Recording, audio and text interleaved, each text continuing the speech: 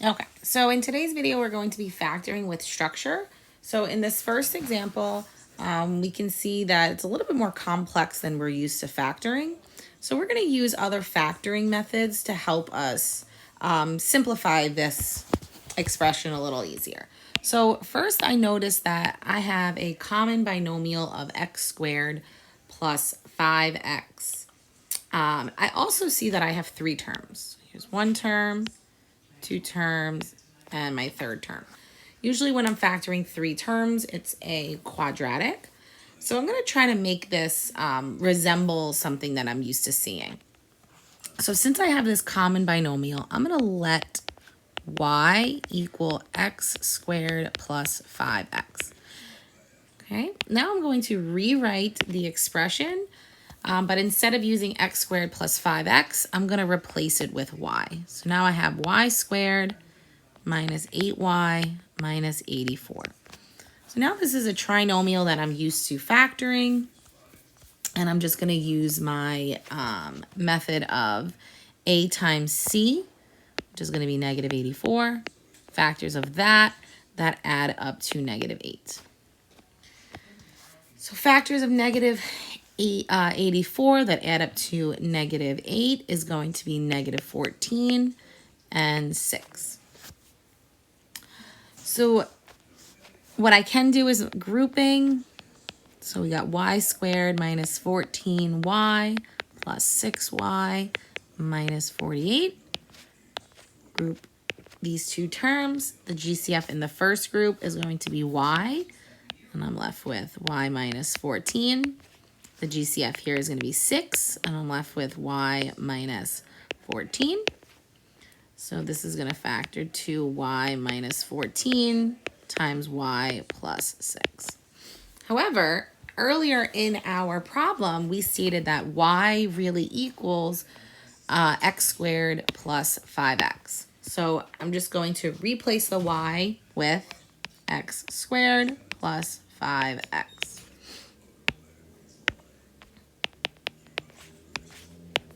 I do it again on the other side. X squared plus 5x plus 6. Oh, different color, but that's okay. So now what I'm going to do is simplify the two parentheses, and I get x squared plus 5x minus 14, and then this is just x squared plus 5x plus 6. I notice that I can factor this again, so I'm just going to do this quickly. Factors of negative 14 that add up to 5 is going to be x plus 7 times x minus 2. Factors of 6 that add up to 5 is going to be x plus 3 times x plus 2. These are all of my factors of my original problem. Okay. All right, so now we're going to move on to the second one. All right, so this next one is going to be factoring or grouping. However, I have more than 4 terms.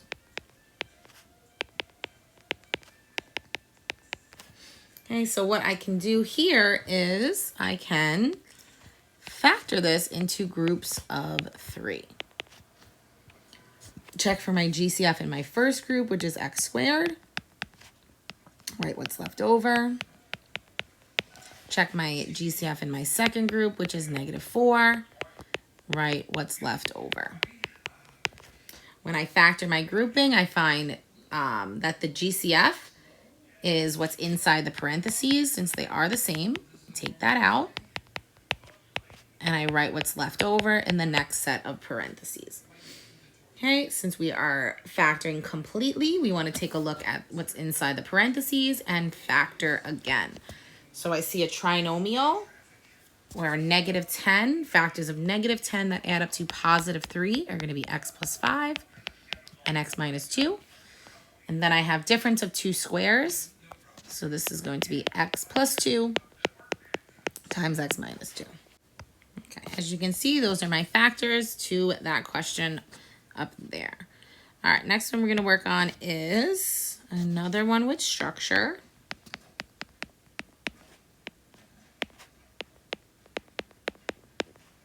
Okay, so similar to our first example, we're going to try to simplify this to a method that we are used to factoring. So as I can see, I have in this case, I have two terms. I notice that there's subtraction in the middle, and both of those are being squared. So this is going to be the difference of two squares. But instead of using those values inside the parentheses, I'm going to say that a equals 3x plus 4 and b equals 2x minus 1. So this is really like a squared minus b squared. And to factor a squared minus b squared, it's just the square root of a squared, which is a. Oh, I don't know why I put a 2, which is a, plus the square root of b squared, which is b. And then in the next set of parentheses, it's just going to be a minus b. However, I stated that a really equals 3x plus 4. So this is going to be 3x plus 4 plus what b really equals is 2x minus 1 times a, which is 3x plus 4, minus b, which is 2x minus 1.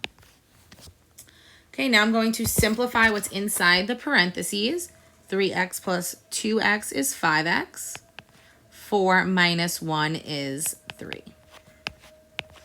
Next one, make sure you distribute that negative. So this is really negative 2 plus 1. So 3x minus 2x is x. 4 plus 1 is 5.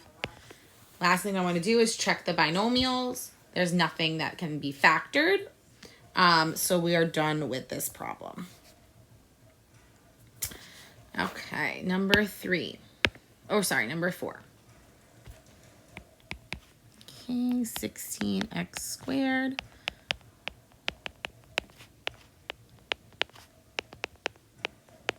Okay, so this next question is a little different than what we were doing before. It doesn't really resemble any factoring methods. However, we can check to see if they have something in common.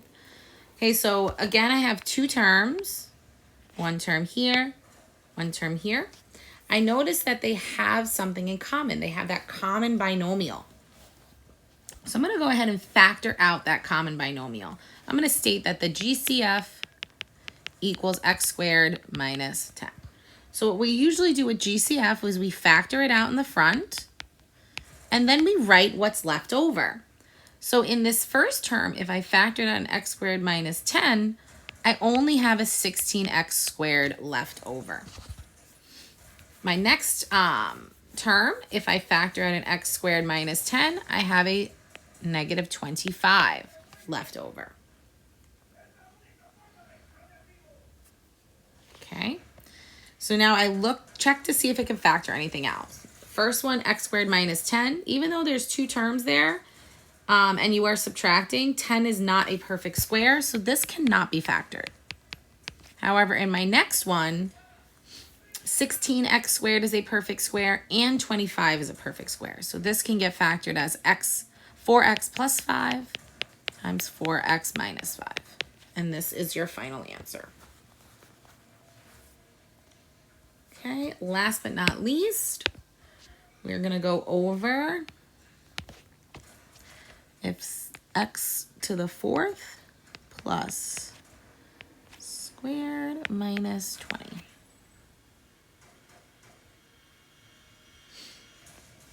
Okay, so this does look like a trinomial where I do a times c that adds up to b. So it would be factors of negative 20 that add up to 1. So that is going to be negative 4 and positive 5. So then let's go ahead and rewrite the middle term to be negative 4. Now this is where it gets a little different. The middle term is x squared. So instead of this being negative 4x, this has to be negative 4x squared. plus this